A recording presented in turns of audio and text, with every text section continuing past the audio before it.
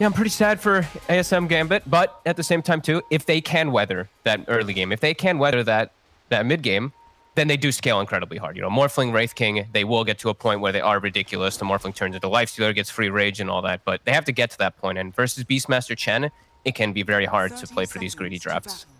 So this all starts for AS Monaco Gambit. In order to be able to win this game, it all starts with the laning phase, right? Yeah. Like, don't they have to have Tidehunter against the Beastmaster? Isn't that, like, absolutely required here? At least they do have the CM and... Wait, sorry, what was that? Apologies. The Beastmaster, or the Tide versus the Beastmaster, you're saying, right? Yeah. Like, CM can actually help a little bit, too. So... I think these lanes are okay, and they also then they're gonna have the Mirana versus Chen, so they're getting those matchups. Seneko actually goes for the Nova level 1 instead of the Bite, so they actually just get the board deny. Yeah, good play by Wannafly in order to get that deny, but yeah, he's gonna be playing kind of as the 4 position here, seeing as he's not really overlapping disables just a tad bit here, and Always Wannafly will get out. A little bit worse for wear, but yeah, the fact that they gave General Beastmaster again and then grabbed 3 cores that all need farm. I mean, they lost that last game within like the first 10 minutes, you know? Like, I'm concerned about them getting run over again in the first place before the Doom was even picked out. And then it just makes it that much worse.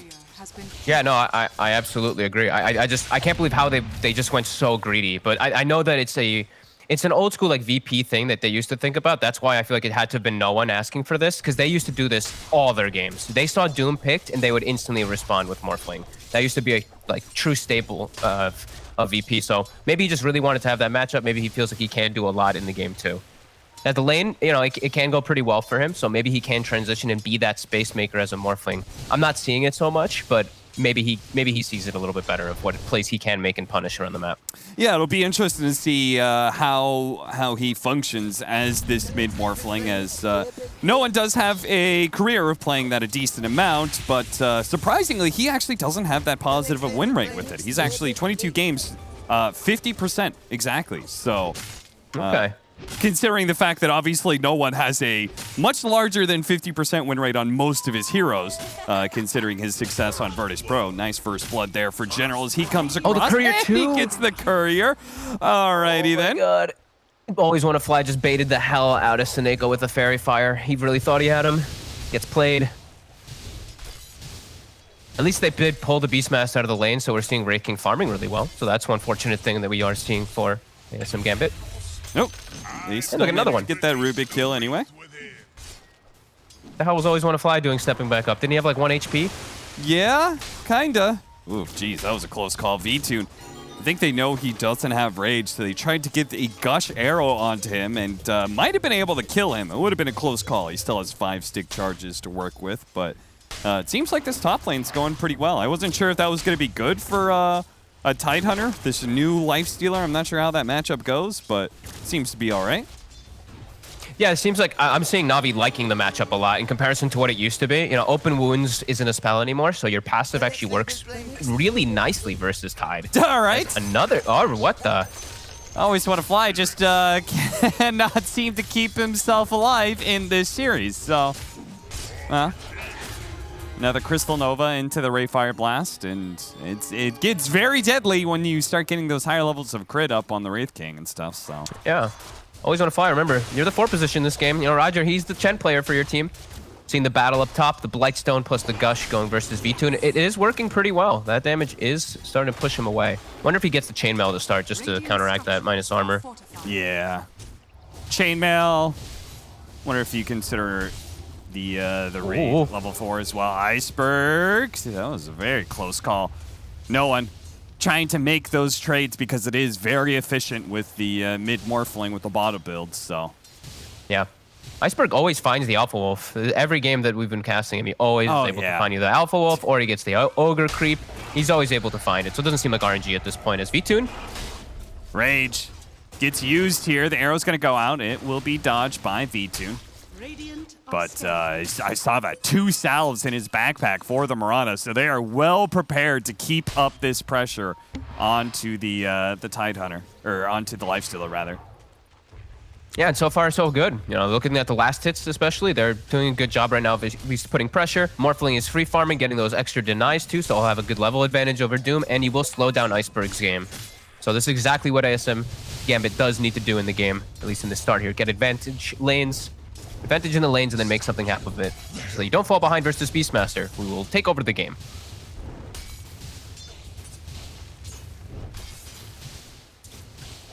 Iceberg still doing a pretty good job when it comes to CSing against this Morphling.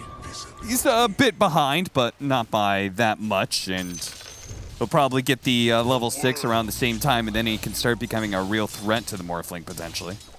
Yeah, no one just has to be quick on his fingers to get that morph off. Iceberg can play around the tree line, though. That's one of the things that always does catch those morphs off guard. He'll get the Doom from out of vision for a second. I feel like they've been doing a good job bottom of killing the Boris, too. I keep seeing these like tips and Seneko playing aggressive, so I think they're actually slowing down General quite a lot down here. His book 1 is still almost finished, though. 5 minutes, so it's going to be early anyway. Wonder how much regen they've been ferrying out for the Wraith King. It seems like they've been pretty liberal in the usage of the Wraith Fire Blast. They've kept it at level 1, so its mana cost is rather low, but still, I would have to imagine maybe just a wand is, I guess, maybe good enough. Might be. CM also, that's the... I feel like if you play CM, you want to buy like 10 mangoes or something in the laning phase just to feed to yourself, feed to your teammates, because your spells are expensive, and that's really all CM... That's the way CM is the best, is just your laning phase. That's why she's been being picked so much, because of how powerful her 2 spells are combined. So, just feeding mangoes, and we're seeing that slow coming in. You can't... There's no open wounds. That constant slow is very annoying for a Tidehunter. Yeah, especially when you added 2 more slows on top of it, both the Ghost and the Vul there. Applying its poison, waveform over, keeping the pressure up on Iceberg, seeing if they could do as much damage as possible to the tier 1 tower. Meanwhile, bottom lane is a mess of skeletons and boars and Necronomicon minions. So it's a full-on zoo out here, and it's a zoo that apparently Dream is the zookeeper of. Getting another kill in this lane and is now level 6. Seneko gives his life. He kills the book so that his Wraith King can persist and push forward. I like that little sacrifice play. Iceberg threatening that Doom onto no one over and over again. Yeah, it just keeps on pump faking it. And yeah, there's the chainmail picked up. So Vtune not eating as much harass, but hey, he is getting slowed down. Tidehunter able to free farm it, able to farm pretty nicely, and Wraith King, he's getting more than free farm. He's getting all these extra kills for himself now, but the book is applying some pressure onto him. They're gonna go for it. Always want to fly. He's gonna die again here. The Fate Bolt goes down. Is not enough damage reduction to keep him alive and Dream.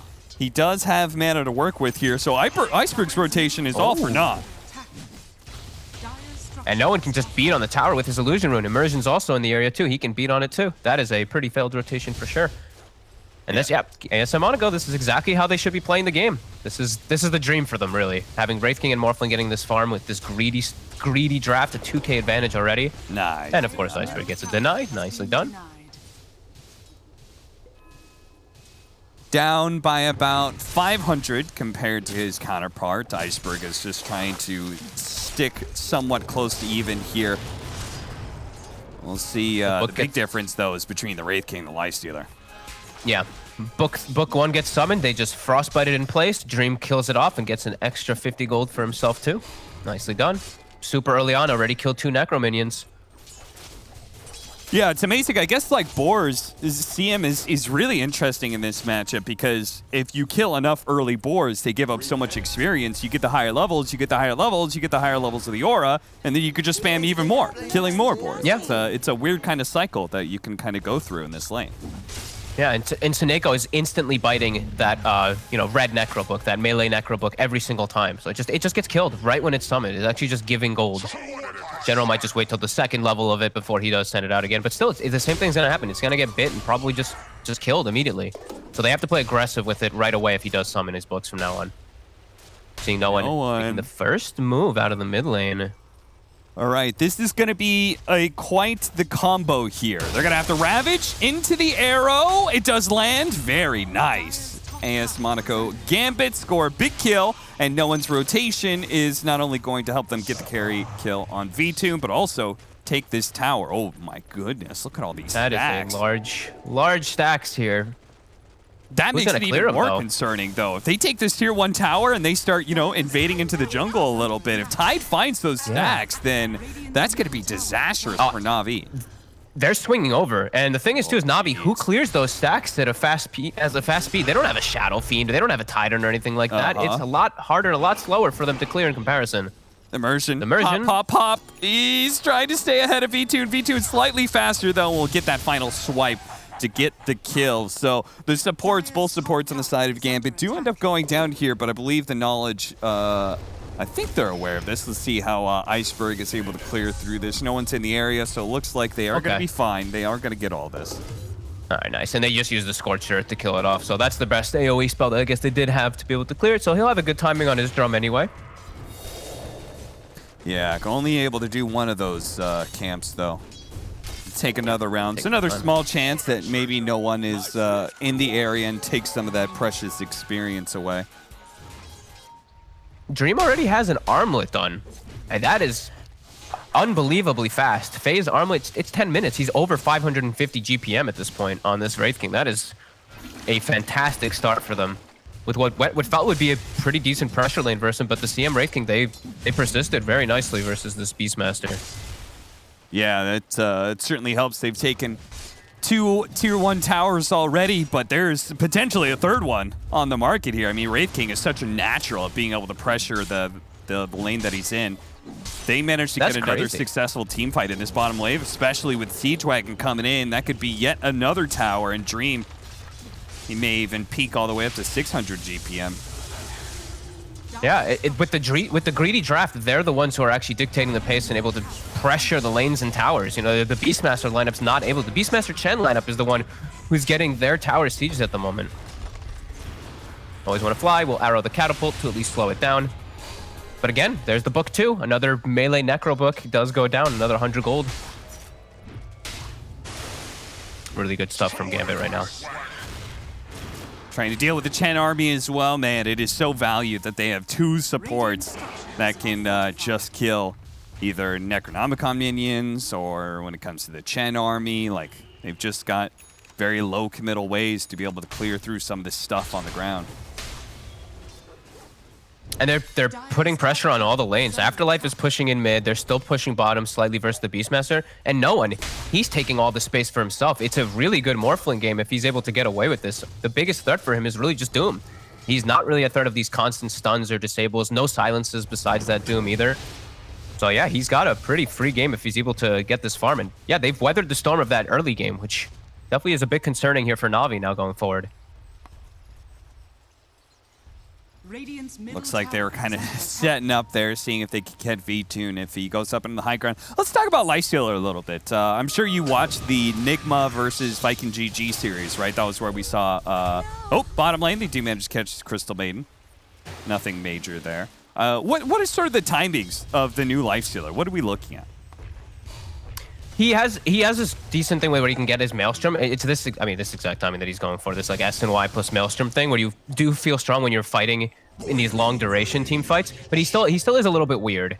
He definitely feels like a stranger actual carry at the moment. Because he's not like this big instant damage or anything. It's just like long duration team fights. If you don't die, you're able to thrive if you're not versus these counters. But he is versus some counter. You know, that Morphling can man fight versus him, unlike the Wraith King.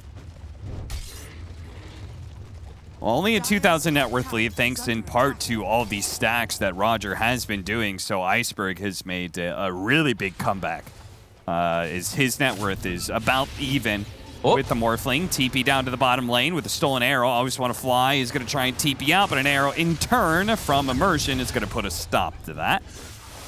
And now, oh my goodness, General. What the? He's deep. Yeah, what was he doing here? This was some wild attempt to be able to catch somebody around the tier 2. I'm not sure if he was expecting like a Morphling kill when he's like full agility underneath tier 2 tower or what that was, but either way, they both die.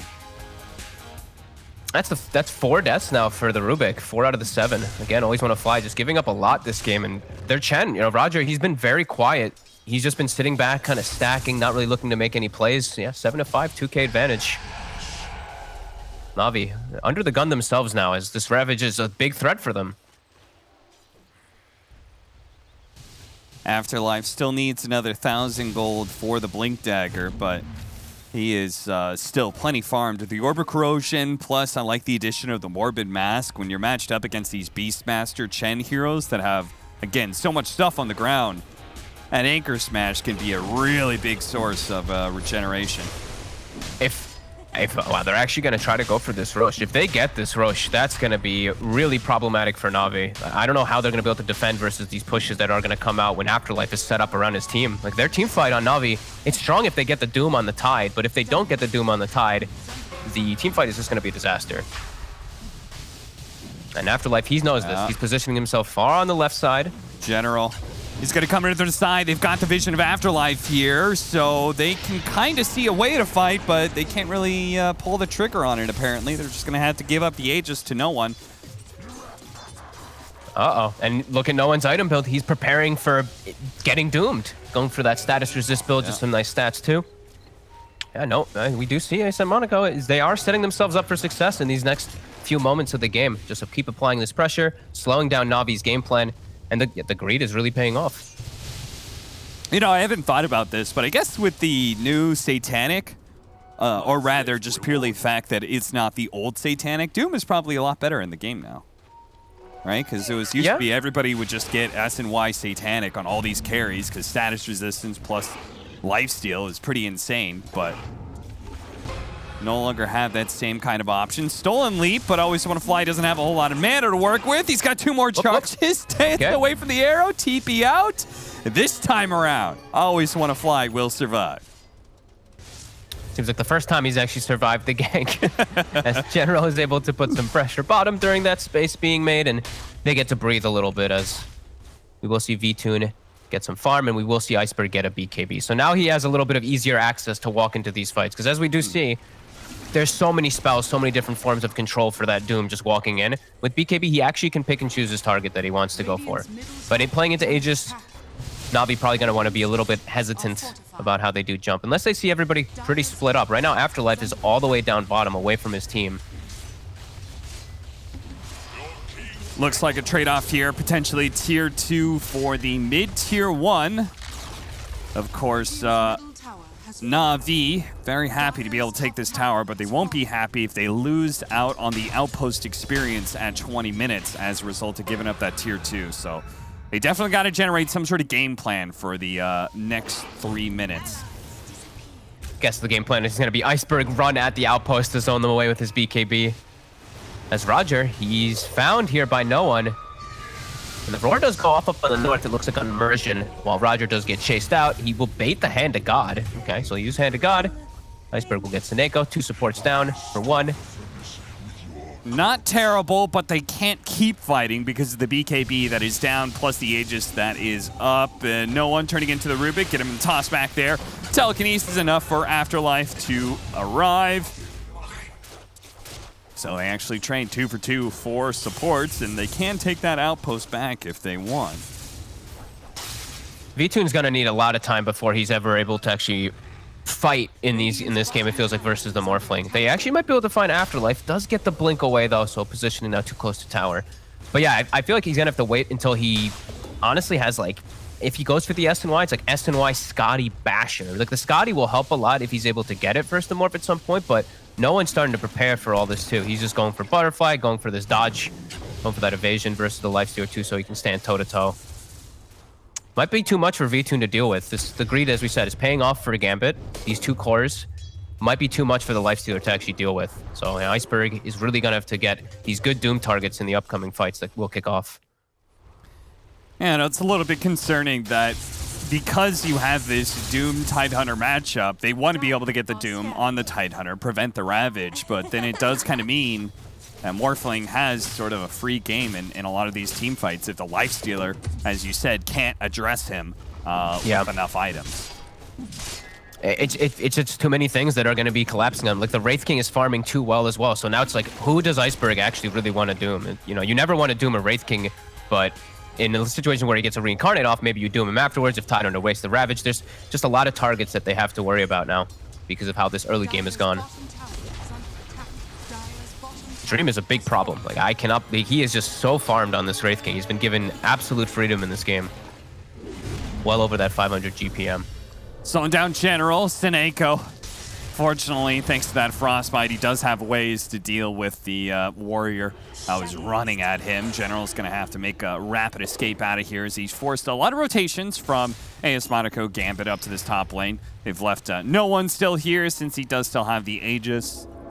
Kind of farmed up a bit of the triangle, but not pushing himself too far out there.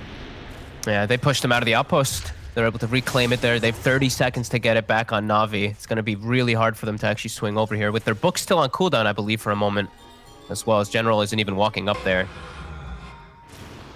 They need a big pickoff, and maybe they've just got it with the arrow. A fast kill that is potentially going to trade out support. Does always want to fly, is going to get gone on by Dream. Oh, that was a big crit that came through.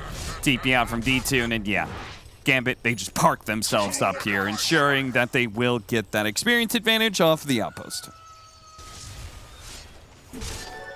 Hey, they're doing all the things right. It feels like Na'Vi doesn't have a solution to this. You know, that early game going bad has really halted their entire idea of the game, and now they have to play into the greed. Like I was saying, Vtoon, he has to wait for his next like 1-2 items, but that's playing into what ASM just wants to. They want to just be able to play the greed and play the farm, as now they're able to pressure during all this too with this advantage.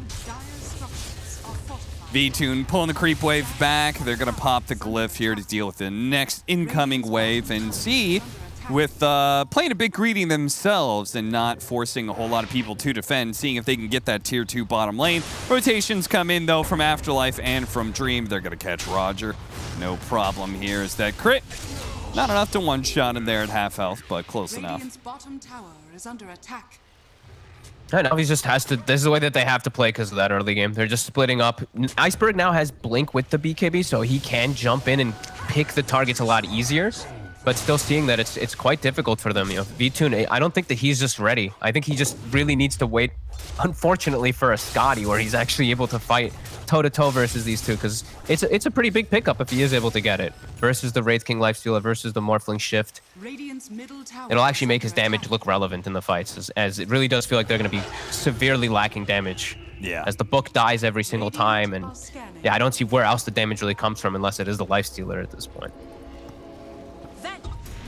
Taking the outpost back, Seneko, though, immediately charging up here. They're going to pop the Moonlight Shadow, just seeing if they can slow down pretty much anybody, or anything. I guess I'll take the boars. General is going to be caught by Dream. Shows himself, casual 657 damage crit. Start things off. Good old M Claw. Or sorry, that's the Lifestealers. Well, they're going to see again if they can take this tier 2 bottom. They're desperate because once they do manage to take a tier 2, they can start taking that outpost, and it does help limit the kind of punishment that Gambit is able to exert when they do try and go for these split push shenanigans. They've kept the net worth decently close, but you're seeing, yeah, Gambit, they're feeling that power spike. The Butterfly and the Morphling now too. They're just walking up on the high ground. They're forcing Na'Vi back, and General's still dead 10 seconds. Yeah, it seems like they're going to give up a lane. I think they just might have to. I really feel like the Lifestealer just stands no hope of fighting until he does have that item picked up. And yeah, this is just Gambit being very happy about it. Take the melee barracks and back up Roger. Same as last time. May get got here as they try and leap in with the arrow. Doesn't quite get it. His army is going to get wiped out, though. Okay, how much gold from summons do we have now? Let's take a look. I've seen so many necro books, so many creeps die this game. I feel like they're just getting so rich. Okay. 649 amount of pets. Not too shabby, not too shabby. CM getting up. Wow, CM's gotten a lot of those. Yeah. Another 1,100. Look at that necro gold. Okay. 1,100. So we're at what, 1,800 now? Yeah. Afterlife. Ooh. Ooh. I'm not even sure if they could have done a whole lot to him, but it might have forced out the Ravage or something. Meanwhile, Gambit going to play for that second Roshan. That second Roshan should also be their cue to maybe potentially end the game, as 2 lanes of barracks is going to be pretty hard to fight back from. That's why Na'Vi, this is a Roshan they must contest.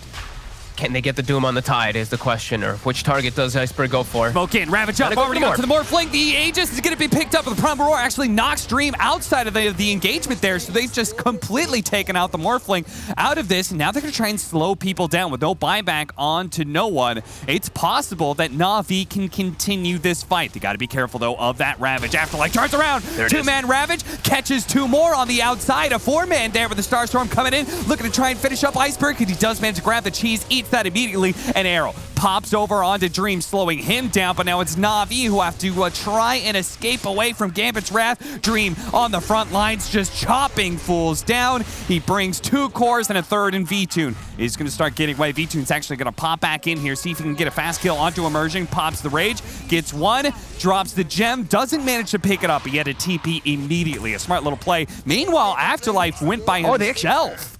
Okay. Nice How arrow. did they get from, Afterlife? Yeah, I guess. Always want to fly catching that one.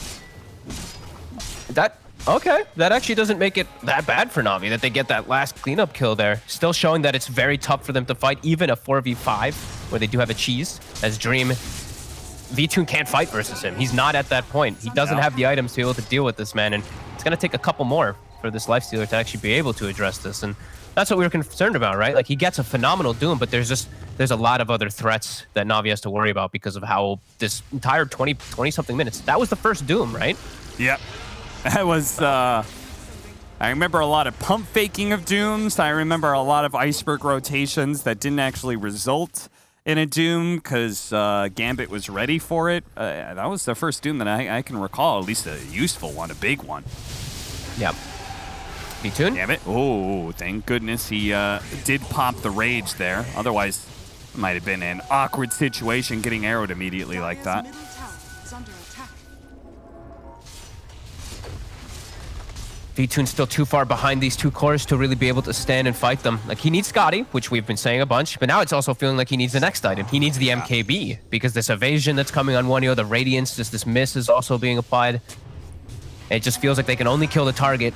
They can only kill a couple targets depending on the Doom target. But these two other cores, they're always a problem. It's only one of the cores that you're going to be able to take out with that big Doom. The other two, just, you don't have the damage to deal with. They're going to go again. They managed to get the, this time he managed to get off the more strength. So it's going to be a hard kill here. But fortunately, the Lifestealer is very adept at being able to bring down these big tanky targets as he sticks on top of them. But V-Tune, he went in. Now he's got to get out, but he doesn't have an invest. The Primal Roar goes down. V-Tune running for his life to the right-hand side. Arrow isn't going to land, but he doesn't manage to stay alive. Just a little bit too much. They kill some of the backline heroes. Sineko's going to be the first one to fall here. Iceberg moving up to the left-hand side, hoping to be able to dodge and get his blink up, but the Radiance, it's sticking to him. They're not going to let him get away, not with the gem that was dropped on the ground. They pick that one up, and Dream will continue to take this by himself, apparently. They say, yeah, they can deal with a Morphling, as you pointed out, Fogged, multiple times, but there's multiple threats